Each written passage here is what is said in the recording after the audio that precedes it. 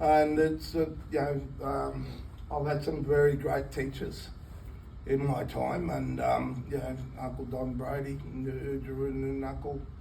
I came into the resistance as a 6-year-old kid back in the days of Opal, the One People of Australia League, and my family is. The movement in Australia is made up of not organisations, but resistance families. Those families of the resistance. Dennis was born into it. His mother was born into it. Auntie Kath, Don Brady, Don Davison. So it's the movement in Australia. If you have to describe the movement in Australia, and the movement and the liberation movement is made up of families of the resistance, not organisations. The first day of mourning was made up of 10 families that 1938 that got together in Sydney and decided to protest the bicentenary of the colony. People like Cooper, Reed, Patton, Ferguson, and their wives and their children. There was 10 families. So when you look at the foundation of the liberation of their resistance, it's always been those families, and it's been passed on in those families, and it's talked about at those dinner tables, and it's talked about at the family Sunday dinners, and it's you eat it, you drink it, and you debate it. So that's the narrative. So when we talk about today, I want to go through a couple of things just quickly. And to the brother that was just talking from Vanuatu, Penny Wong and the clown they took over to your place, Justin Muhammad, don't represent Aboriginal people. They don't. I saw publicity coming out of Vanuatu about Penny Wong and Justin Muhammad's visit. And, we look to our countries within the Pacific for liberation. And, it's something that, to quote the words of the Prime Minister of Fiji, on the New Caledonia situation in 2003, where 20 young fellas have been shot, his advice and his reluctance to go to visit Vanuatu on the invasion of 8,000 French troops was to not bite the hand that feeds you. So when we look at, and you can applaud and you can look at independence in the colonies within the Pacific, the observation by Rambuka is that you don't bite the hand that feeds you. And this, it typifies the control that the colonies have over those nations and within the Pacific. When we talk about the Pacific Forum, never has there been an Aboriginal person invited to sit and participate in any of those forums. Now, when we talk about, and the brother from Vanuatu just spoke about the colonies, he reluctantly and wouldn't mention Australia. Wouldn't mention Australia. If you have a look at the global situation and you interview someone from Burkina Faso, they won't mention or talk about Australia when they talk about colonisation. Somewhere along the line, Aboriginal people's rights to liberation, freedom and restitution has been deleted from the conversation. In Parliament, in the state government, in the schools, in the institutions. One of our greatest chants that when we go to our marches is no justice, no peace. when we talk about the Palestinian boy throwing a rock at the IDF soldiers, and everyone applauds his courage. But when we talk about the group of Aboriginal kids in Alice Springs, reacting to the racism and the poverty and the injustices, we condemn them as criminals. We develop legislation to put them in jail as 10-year-olds. These are when we talk about and we try to have the conversation, there seems to be one narrative for the rest of the world that undergoes occupation and a separate narrative for what we have domestically in Australia to talk about liberation and freedom and restitution. Until that changes, it's bullshit. Until it changes, we may as well forget about it. I grew up as a 10-year-old boy, and all I wanted to do was get a gun and shoot every white person I could find. Everyone.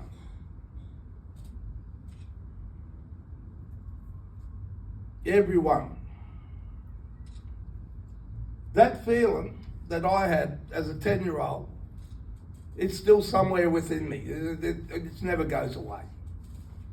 That deep resentment, that deep-rooted injustice, it's still at times of utter despair that you just feel like getting a gun and shooting everybody.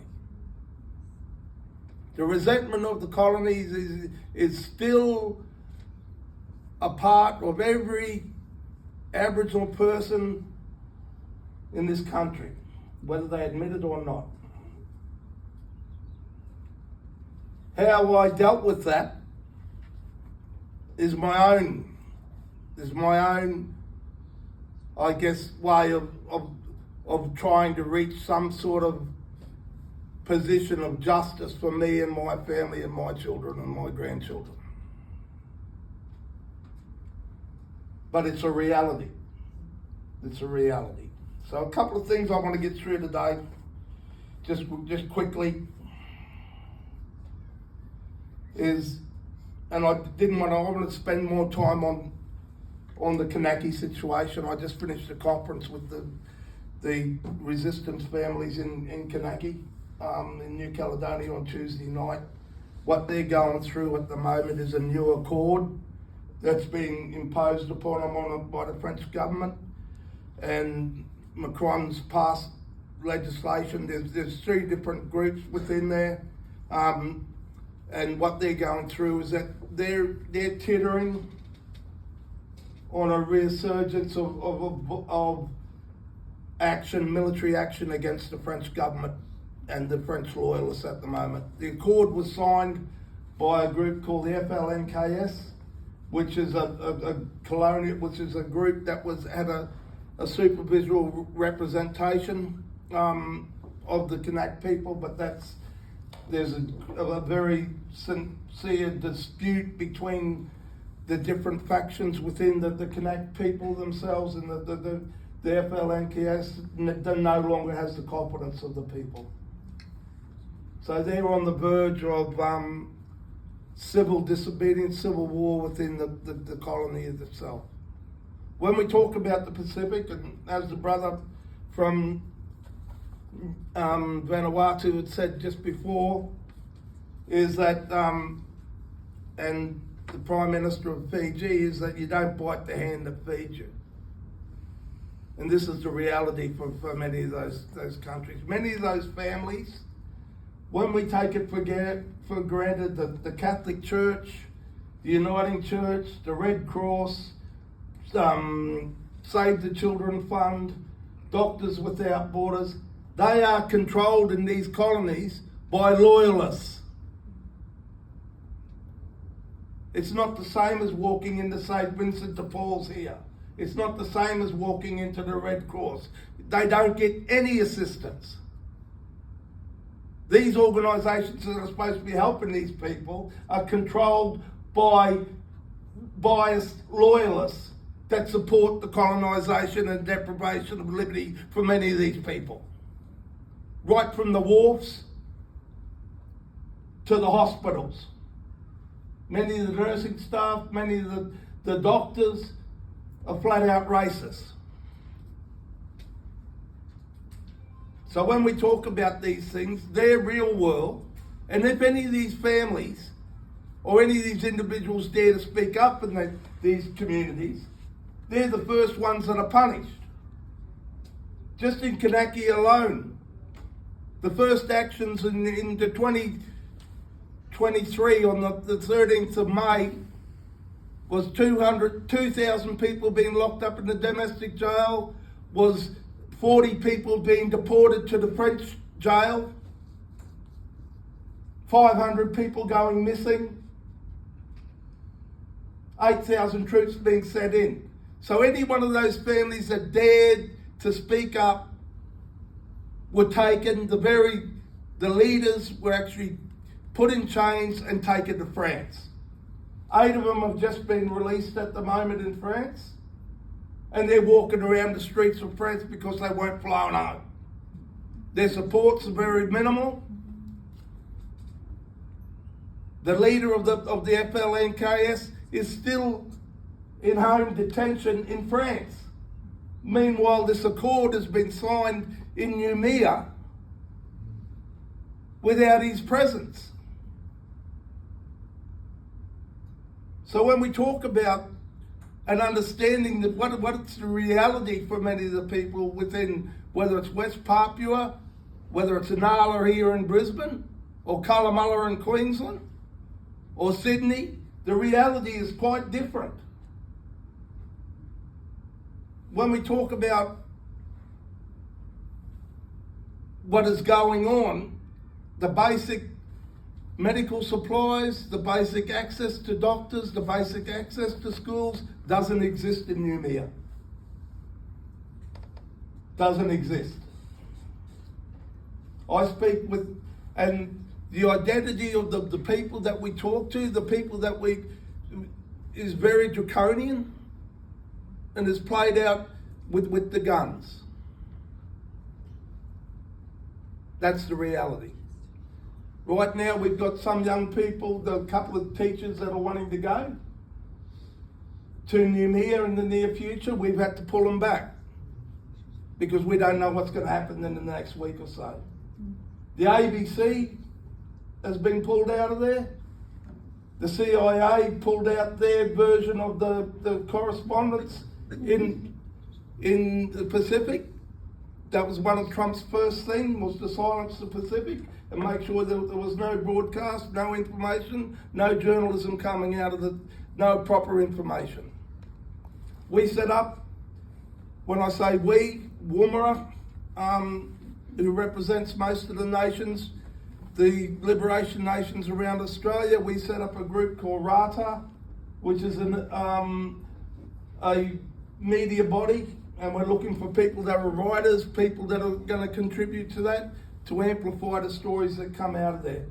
The ABC, we camped outside the ABC for 2 months ago for a week because the ABC had cut its Pacific broadcasting arm. So when we talk about and where we go with it, this time in our lives, it's a point of mobilisation.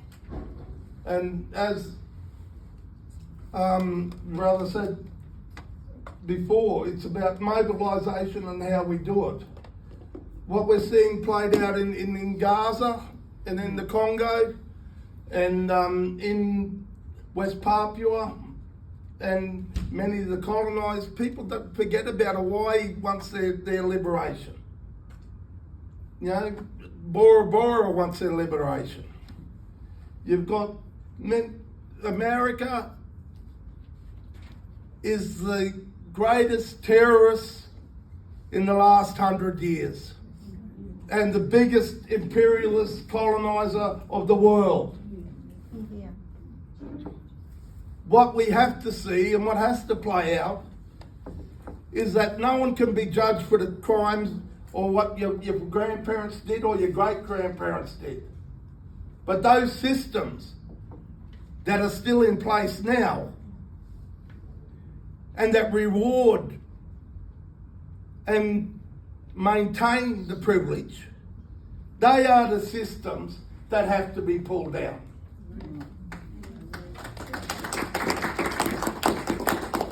How we pull them down is not that difficult. One of the things that we have to dispel is the myth that two-party preferred have got a right to exist. They are a parasitic system that bludgeon and bludge and create a situation where their recipients of their governance are actually the people that reward themselves financially. Whether it's the war company, whether it's the mining company, or whether it's Elon Musk paying $300 million to own a government. The system, the two-party preferred system are the systems that have to be taken down. Whether it's through more elections of independence, whether it's more parties, but it has to be done at a local level, local government level, it has to be done at a state government level, and it has to be done at the UN. Right now, what we're being seen played out at the United Nations is nothing short of prostitution. Nothing short. Both Israel and America have maintained its veto and maintained its position of operating with outside the UN, and they propose and they purport a movement of racial based on a global racism agenda. Have a look at it. Have a look at everything that they do. It's outside the UN. When we talk about where Aboriginal people go in this country, we talk about sovereignty. Everyone talks about sovereignty. The federal court in the Mabo decision recognised our sovereignty. What we intend to do as nations in this country, and what we look for support to do, is to apply to the UN for our statehood. Each one of our nations that exist in this country have the right to be a state within the UN. Decolonisation in the Pacific starts with Australia. Starts with Australia. If you're not fair dinkum about it, you're an accomplice in the imprisonment and the deprivation of our liberty. Liberty's a funny word, but it's a very simple word. It talks about freedom. Where in the history, in the 250 years of colonisation as Aboriginal people, A, became citizens of the colony, and B, handed over their right to freedom. If we're having discussions and we're having talks and we're having yarning circles, if you're not talking about liberation, freedom and restitution, you're bullshitting yourselves. We're bullshitting ourselves.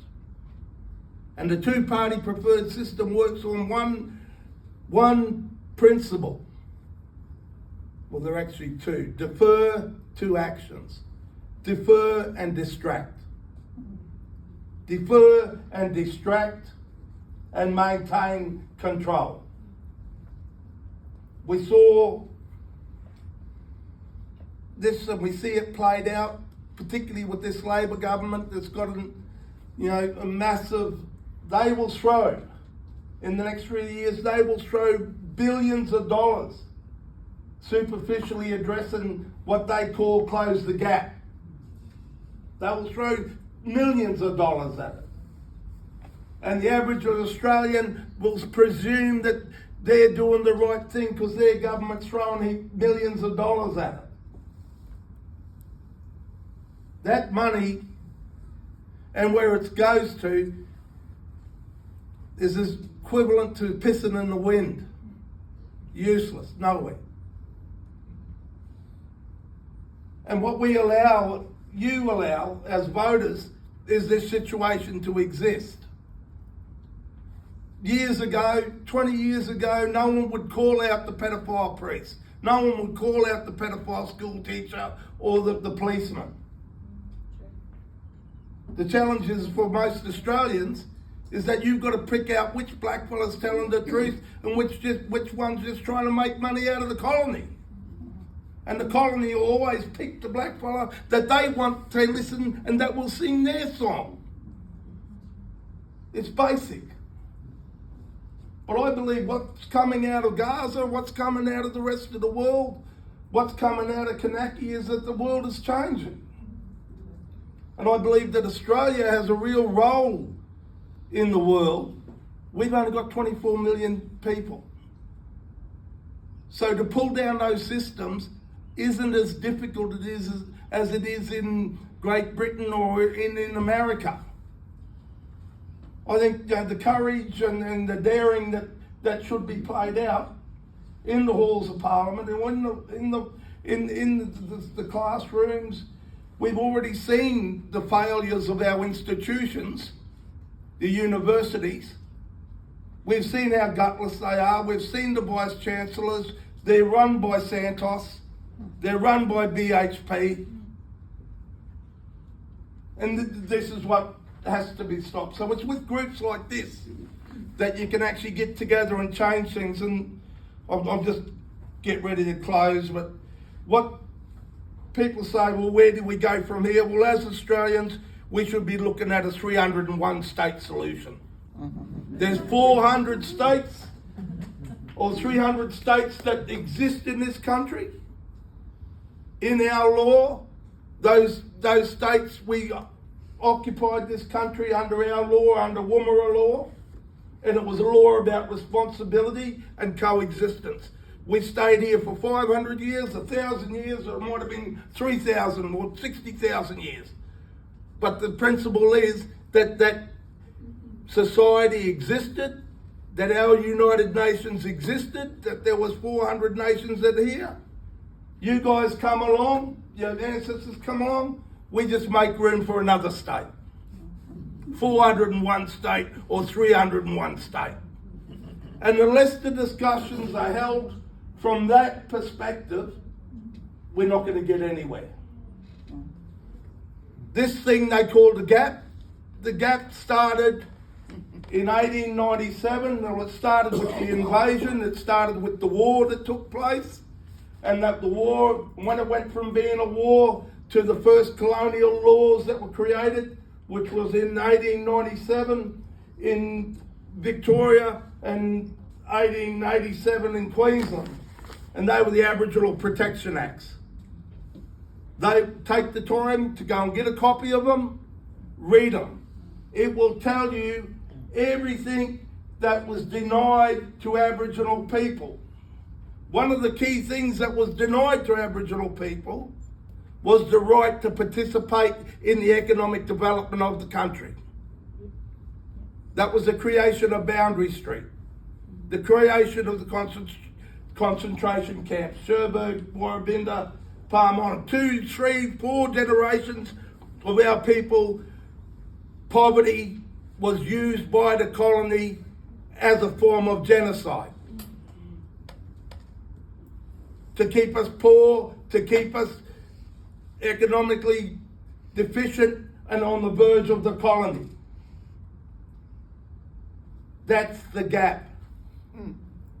How you come over with that gap, there's only one way you can abolish that gap, and that's restitution.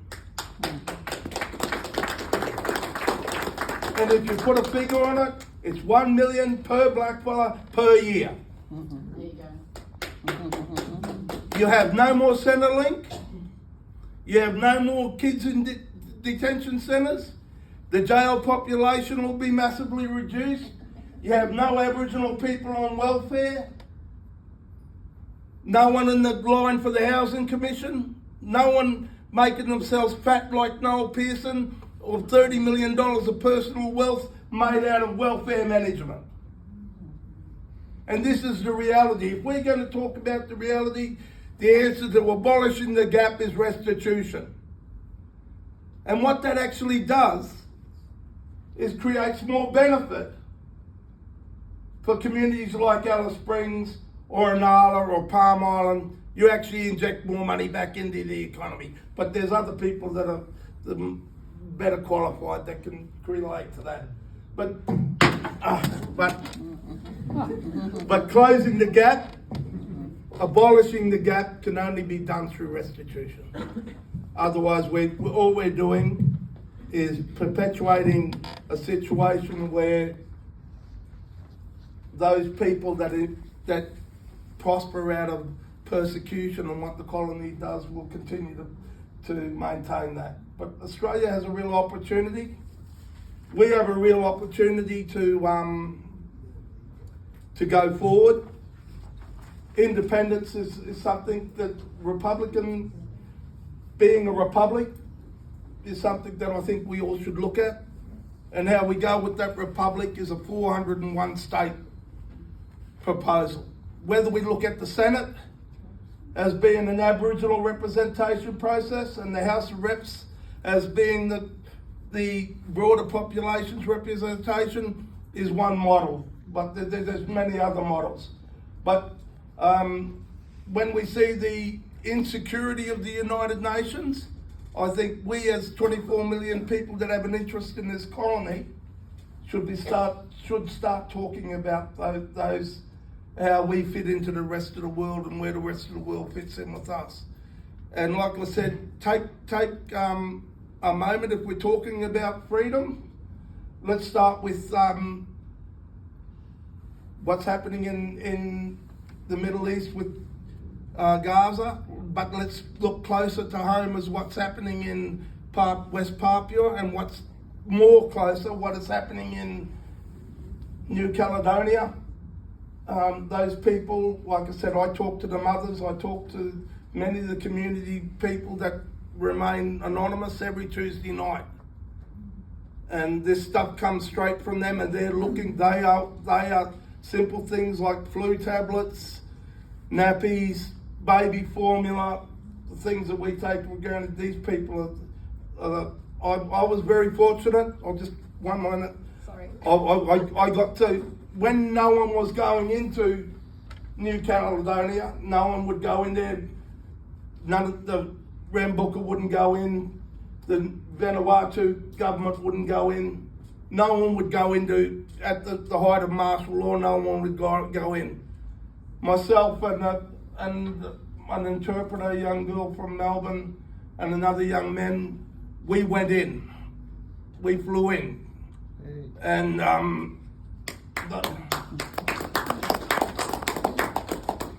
the security people, the immigration people said, well, what are you doing here? You know, this is martial law. And one of the ladies, our host, said he's getting married. And so I was able to get in under that.